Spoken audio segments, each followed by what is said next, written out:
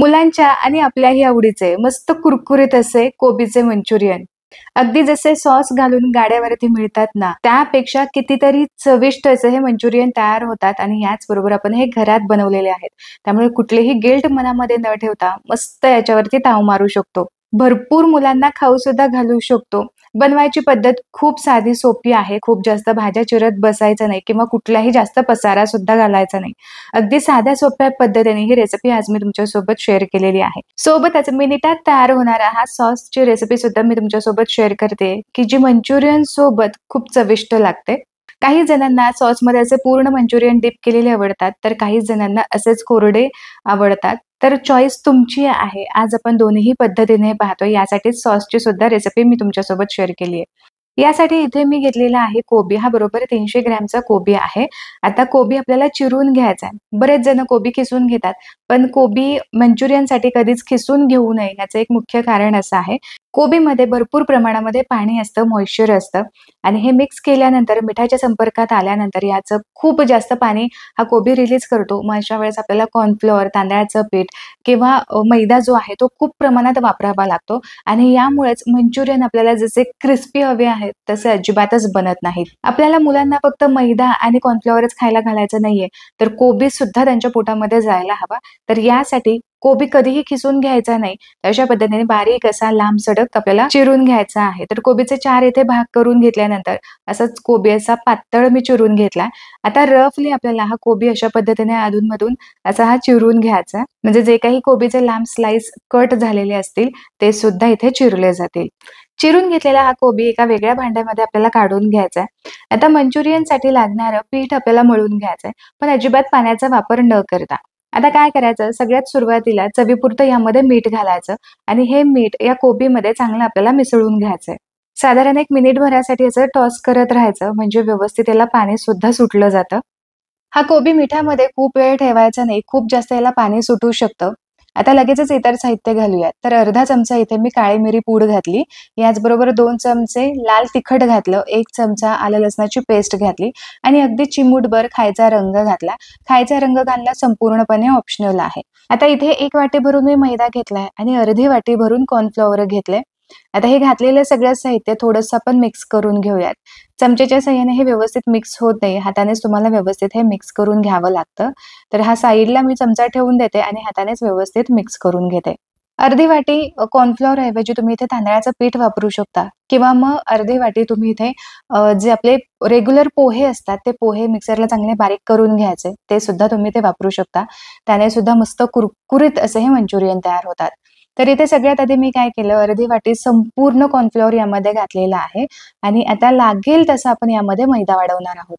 घातलेलं कॉर्नफ्लॉवर चांगलं मिसळून झालं, की अर्धी वाटी मी यामध्ये सध्या मैदा घालणार आहे आणि उरलेला जो मैदा आहे तो लागेल तसा आपण यामध्ये वाढूयात.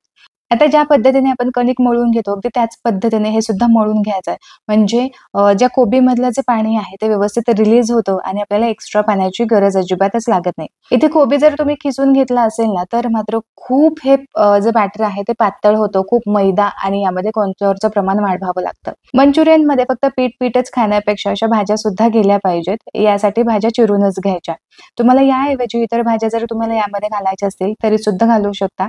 जसं की यामध्ये कांदा जाऊ शकतो. याचबरोबर गाजर सुद्धा तुम्ही घालू शकता. कांद्याची पात, इतर सगळं साहित्य किंवा तुमच्या आवडीच्या भाज्या तुम्ही यामध्ये नक्कीच घालू शकता.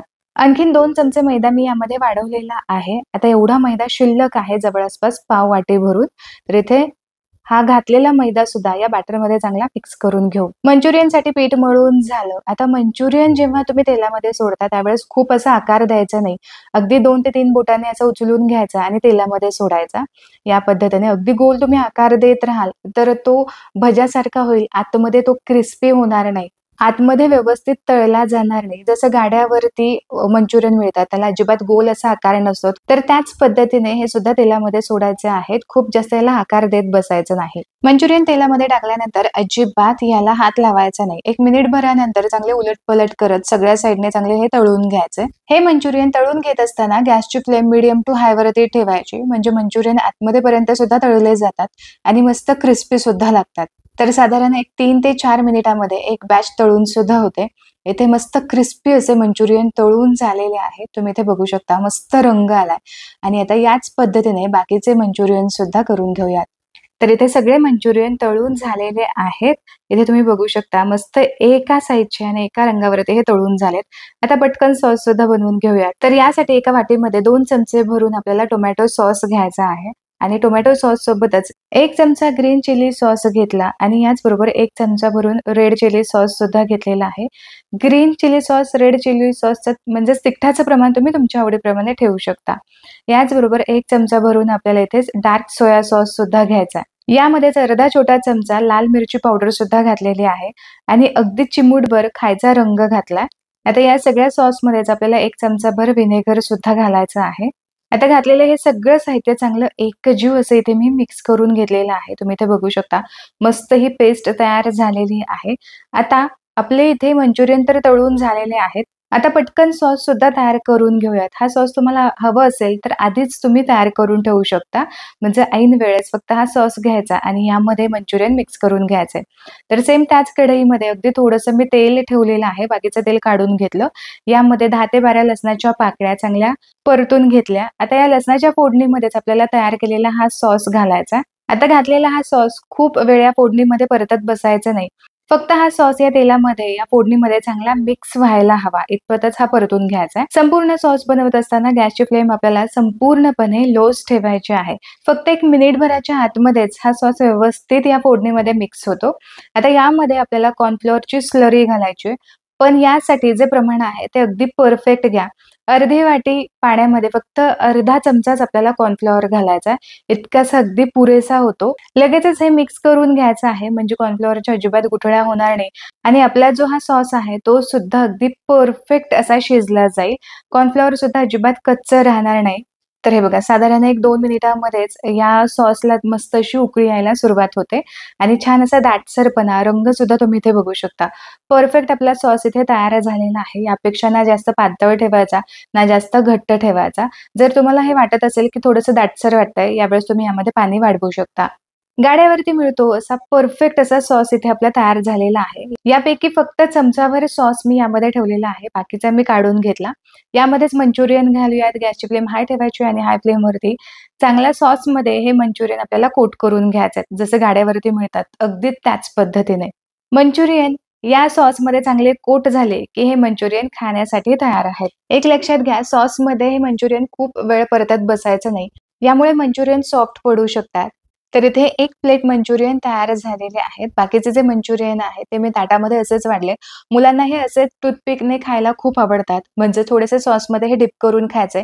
म्हणजे कुरकुरीत सुद्धा लागतात. सॉसचा आणि मंचुरियनचा आस्वाद त्यांना वेगवेगळा घेता येतो. आशा करते की आजची ही रेसिपी तुम्हाला आवडली असेल. रेसिपी आवडली तर व्हिडिओला लाईक जरूर करा. तुमच्या मित्रपरिवारामध्ये नक्की शेअर करा. पुन्हा भेटूया अशाच एका मस्त कुरकुरीत रेसिपी सोबत. तोपर्यंत स्वस्थ राहा आणि मस्त मस्त खात राहा.